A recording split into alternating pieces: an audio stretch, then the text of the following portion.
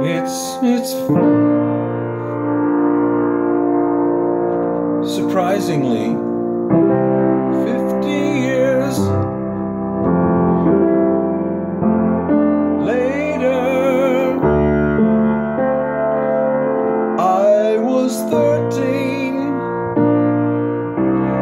before Darth Vader.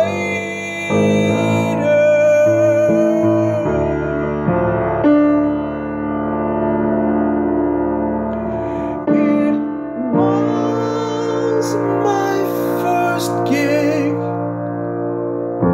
in camera, 8mm Bell and Howell in color, Super 8mm, Super 8, Super 8, Super 8, Super 8. It's not a very flattering angle. 1967. They don't run things the way they do. Back then they ran things differently. Back in those days, we had entertainers that had very strong categories. There were none in the multicultural department other than my dear old pops, who died in 97 from lung damage. Held that cigar smoke in too long, you know. His third wife, Lesia Zubrak, she laid down the law. This little Prince Albert opera singer, 5 feet tall, plus maxo spikes and gigantic bublachki. Good Ukrainian girl. Meets up with the other Ukrainian, Miroslav Pizhuk, my dad. Miroslav, what an odd name, Miroslav. How do you spell that, Miroslav? You know, in Russian, in Slavic language like Ukrainian and Yugoslavian, they just roll it off their tongue. But when they translate it to English, it turns into caca, and we all know what that means. So it's 50.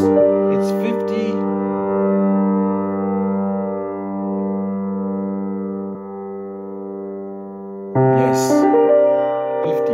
55 years later. Why do I keep saying 55? Because that's how this jingle started.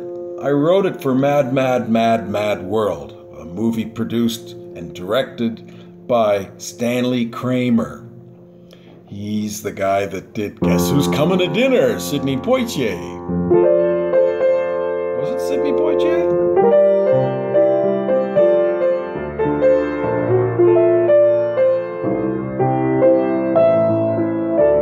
He also did the Nuremberg trial.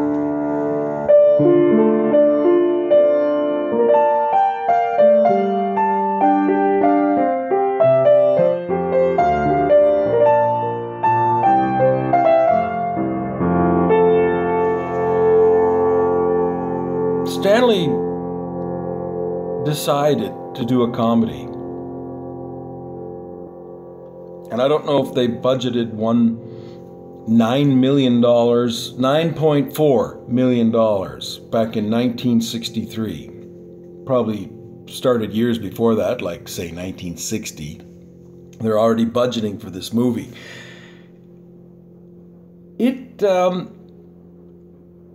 It was a series of bizarre possible events that we probably have never seen before until the movie was made, such as all the fighting that went on and how stupid the fighting was and how stupid the operation of equipment always was, and how you could drive cars like an asshole and mindless because all you're thinking about is you got to get to where the money is, the big W. We got to find the big W. And all these famous comedians were involved. Some of them got leading roles, and some of them just got cameos. Well, I'll start with the cameo guys. Jerry Lewis. That's right, he's still alive too. His only hit song was on a kid's record. Never smile at a crocodile. Never tip your hat and stop to talk a while. Don't be taken in by his welcome grin. He's imagining how well you'll fit within his skin. Never smile at a crocodile. Never tip your hat and stop to talk a while. Don't you stop and have a chat. Exchange some recipes and stuff like that. Never smile and clear the aisle at Mr. Croc.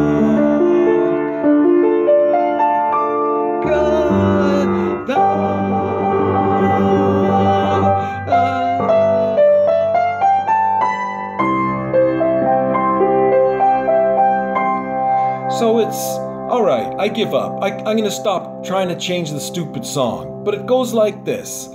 It's 55 years later. There's 3 stars left, not Darth Vader. Understand it so far? It's 55 years later. There's 3 stars left. Movie stars, not Darth Vader. Okay, that'll get the attention of the baby boomer children, because we started having kids in the 70s, us boomers. That's when the baby boomers started having kids, and we couldn't decide what to call them. We called them Gen X and all that other stuff.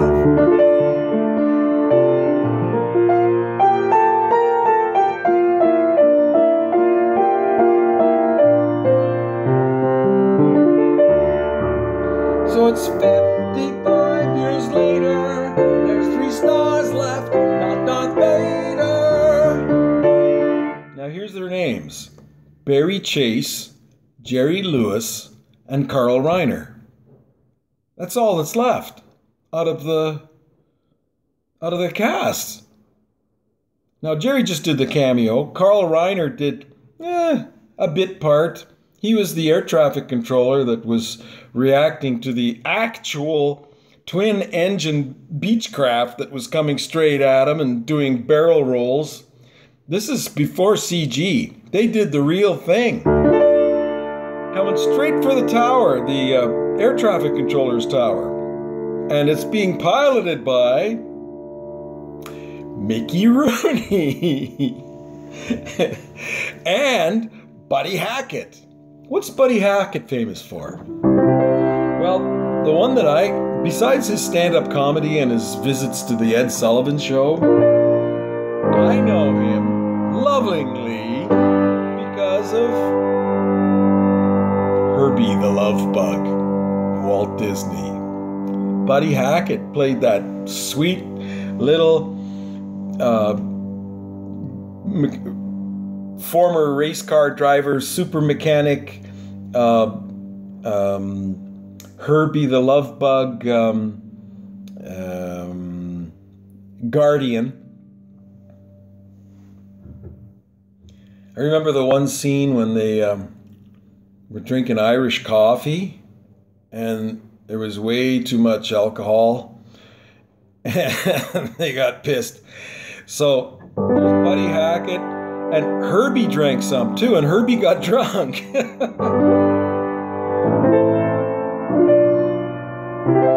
Okay, let's start again. It's 55 years later. There's 3 stars left, not Darth Vader.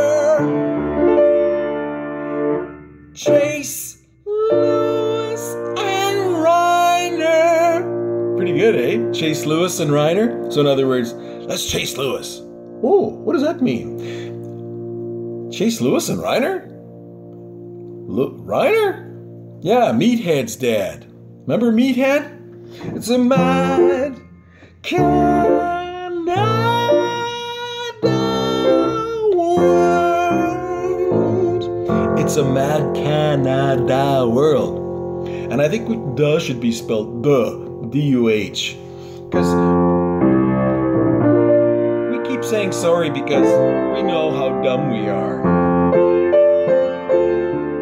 But it's kept us alive and we're living better, so it can't be that bad.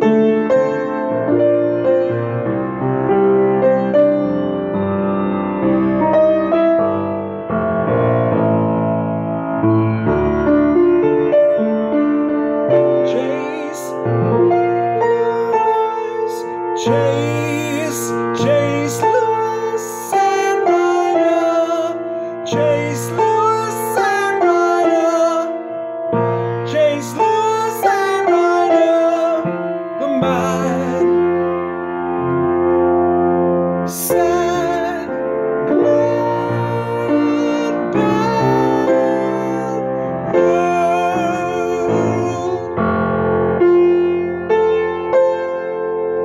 So think of Wharton Willie. Global warming, it's so chilly. So insulate, don't just mass debate.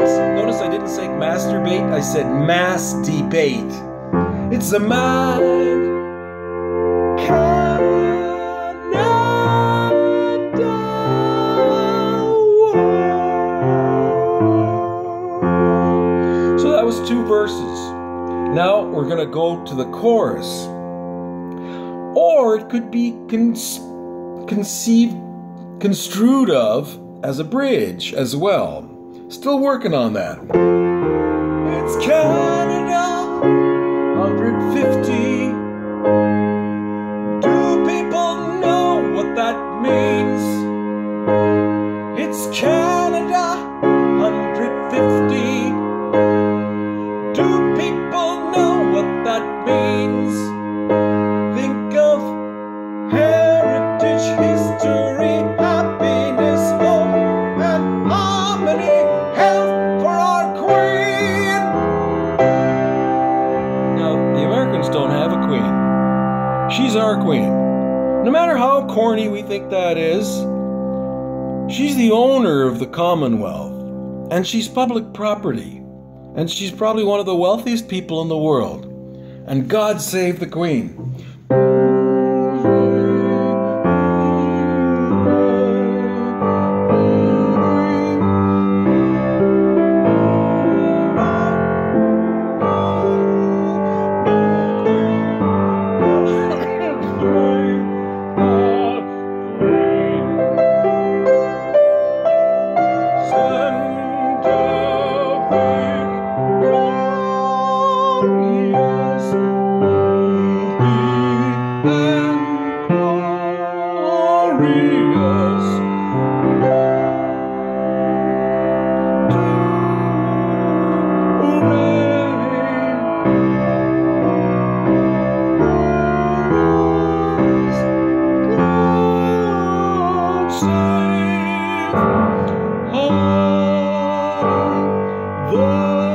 Is she an our queen or a the queen? Yeah, it's the queen.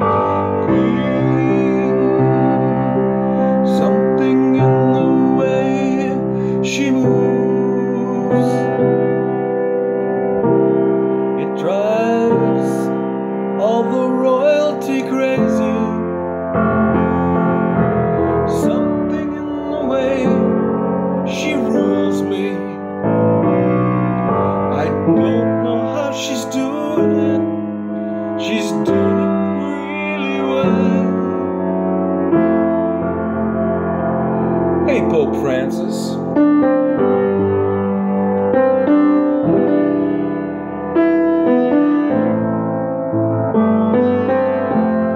You've got an encyclical that you've announced, and you don't use the word published in papal terms. So you come up with this word called encyclical. Encyclical, it does cycle itself, and it's entombed. It's inset. It's embedded. It's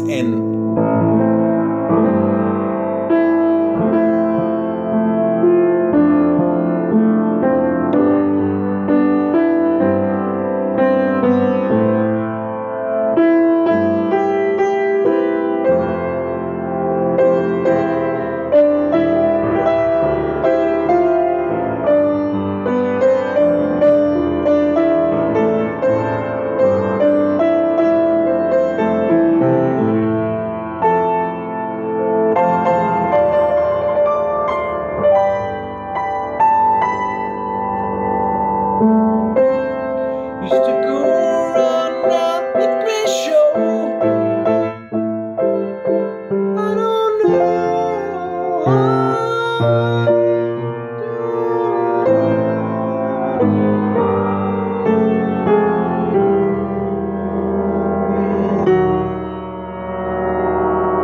Rule of improv in music. If for some reason you don't agree with a discord and create a train wreck, well, keep the train wreck going then. Turn it into an effect. So here's the train wreck. It's a bit of a discord. Why? I think it's one chord, the upper chord. This one is dominant over what's going on in the left hand, which is this chord right here. Now put them both together and it creates a discord. But interesting, and it seems to be taking us somewhere. Let's resolve it. We went to another train wreck. Another train wreck.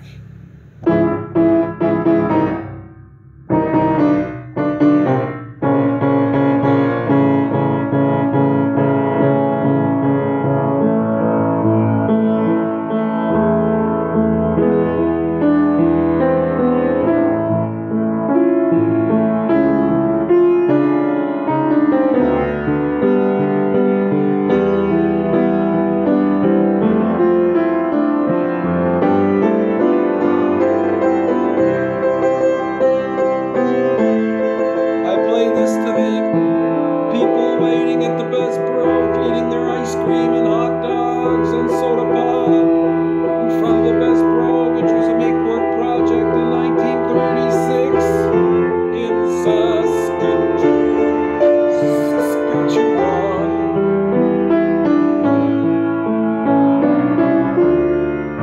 Who would have believed?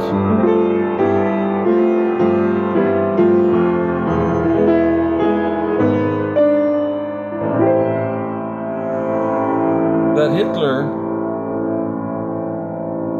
dying on April 30th, 1945, would trigger the world's first flash mob.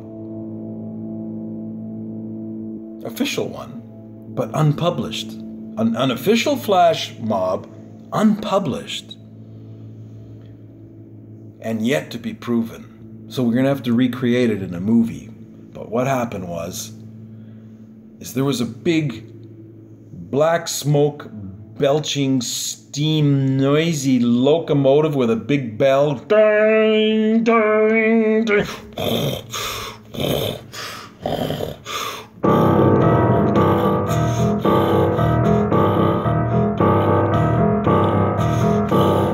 Whoop, whoop. Well, not quite that. That's more Disney. We had more like oh, Canada. Yeah, the diesel engines had those big horns. The steam ones, they had steam. And it was whoop, sounded like a calliope.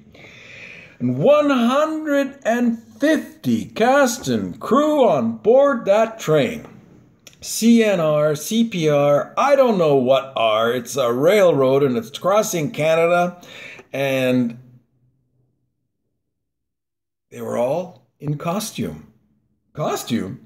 That's because they're in uniform. It was all Royal Canadian Navy. They, in their presentation, they wore what they wear during the day. They just wore it. So you had the sailors, they had two costumes, one in white, one in black. They both had the sailor caps, and they both had the bibs. And they had black shoes, you know. And when they wore it against the white pants, that really stood out. And of course, they wore the black shoes with the black pants. And they also had blue. Yeah, they had different colors. So anyway, they had practiced for, I think, a month. They scrambled together this group, sponsored by the Royal Canadian Navy, and who made a contract deal with Paramount Pictures.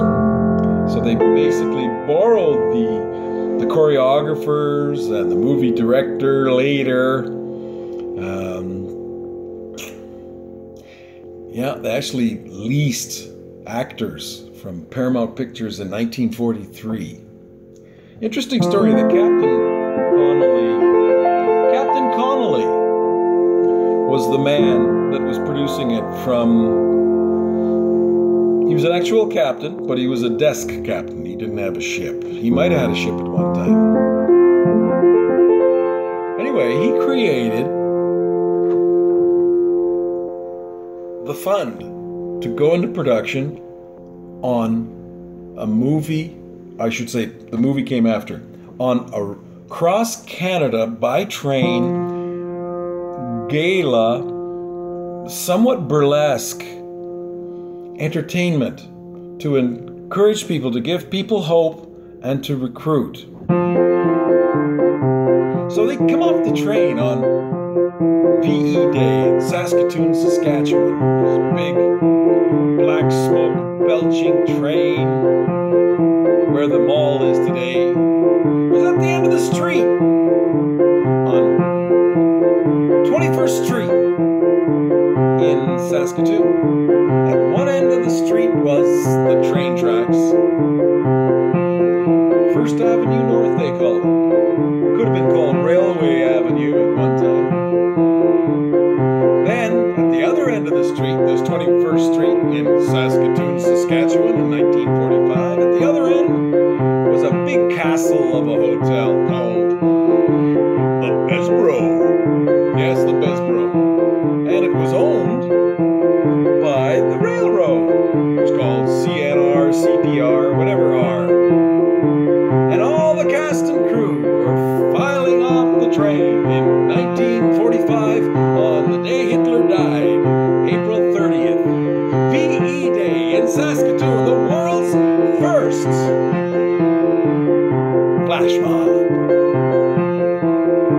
But they didn't know it. We didn't start calling it that till later. Meet the Navy, oh greet the Navy, is that what we're here for? Meet the Navy, you'll love the way we march while we sing for. We got a story to tell and it's a doozy as well. It's as old as Broadway is young. So come out and see a doozy with me and meet the Navy tonight. And they did this fantastic march. They were all lined up horizontally and just like a stopwatch, like arms on a, like a compass with two arrows that goes around. The red arrow's pointing one way and the other arrow could be white or black or whatever, is pointing the other way, 180 degrees from each other. And it's and here's a lineup of sailors. There's like 30 of them, from left to right, maybe more. Go to see the movie. Meet the Navy, oh greet the Navy, is that what we're here for? Meet the Navy, you'll love the way we march while we sing for. We got a story to tell and it's a doozy as well. It's as old as Broadway is young.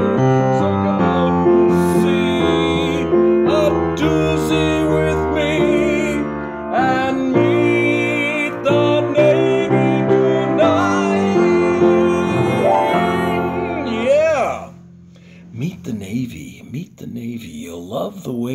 march while we sing for? Well, after the performance, it was actually a preamble to the evening's performance. They gave a sampler, and people were lined up at the Capitol Theatre. Now, the Capitol Theatre had theaters in all of the railway stop major locations, like Vancouver, and Saskatoon was lucky enough to get one. We were on that route, the Trans-Canada coast-to-coast train system we had back in 1945. Anyway, this train was dedicated to this group. In other words, they had to... Well, basically, they chartered this train, so they had to veer off to get off the main thoroughfare. They had to go park this big long thing somewhere, That's why they had more than one track going into a train station. The more tracks you had, the more you could divert non-express customers. Okay, so what we got across here today, boys and boils, is the connection between Canada 150 and Hollywood and World War II Royal Canadian Navy. And in closing, I want you to realize that 100 years ago in Siberia, the Russian royal family, that would be Nicholas Romanov and his family, including Anastasia and the youngest boy, this family was illegally executed, illegally because the former government would have exercised that right, that law. But the takeover government, which were called Bolsheviks, they orchestrated this, and they had a problem. After the destruction, the termination, the elimination of the royal family, there were still scattered sub-royals all over the place, and Elsa Romanov was one of them. So what do they do with these vagrants? The White Russians is what they were. White Russians. Belarus. White. Biela. Biela means white. Rus, Russians. Belarus. There's actually a province in Russia called Belarus. Actually, it's a sub-country, Belarus. And Belarus is not where the KGB was found. KGB came with the Red Russians and the Bolsheviks. So they're basically a new kind of Gestapo secret agency that are still around even from the Soviet regime.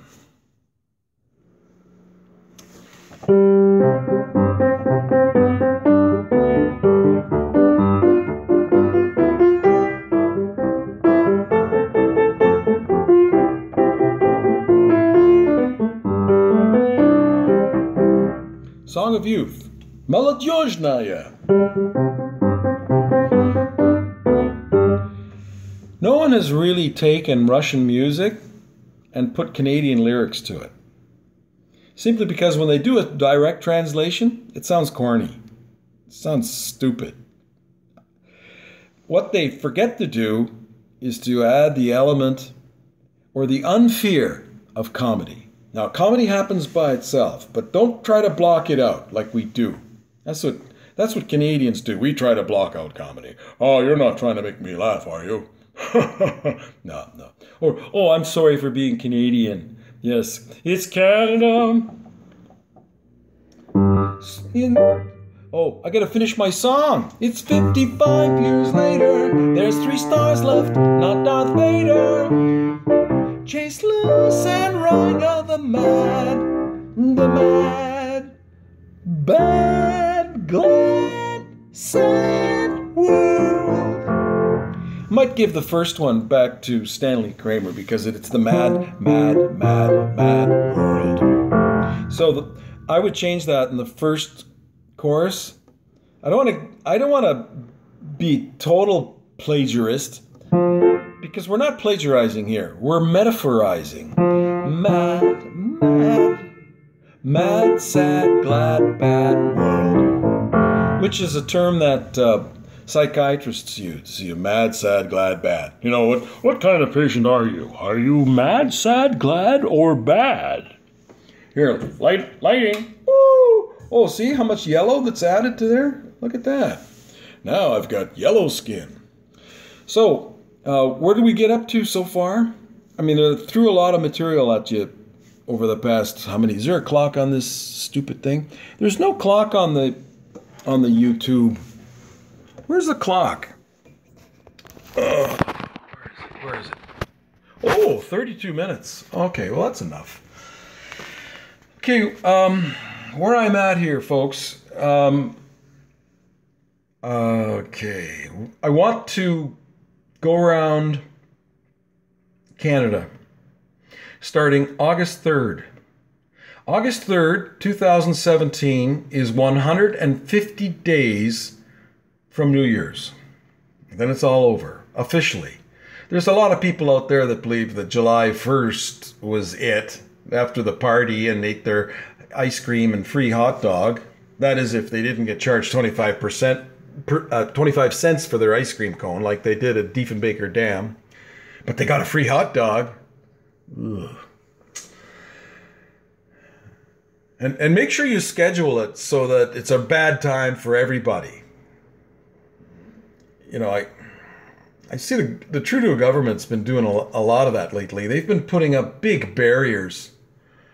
They're making things so difficult to apply for that when you do finally answer all their questions, they just don't know what to say when you're applying for a fund.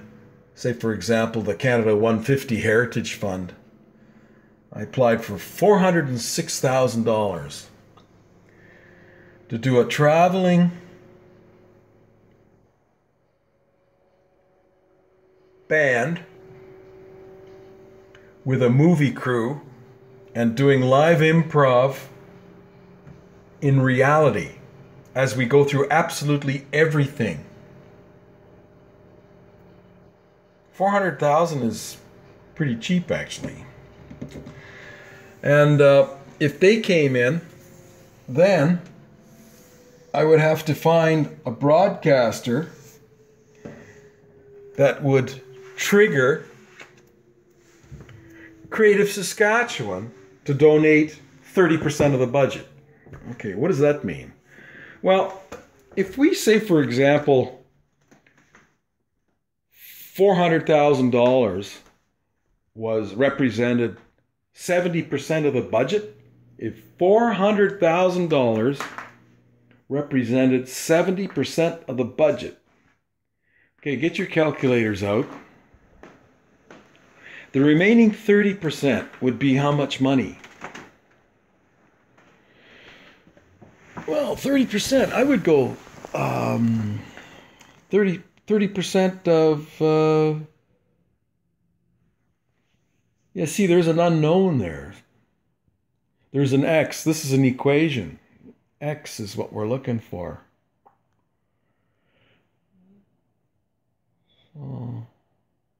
But see, the undetermined factor is that what is the broadcaster or the distributor going to contribute to the project? You see, that's the unknown. That's what you got to establish.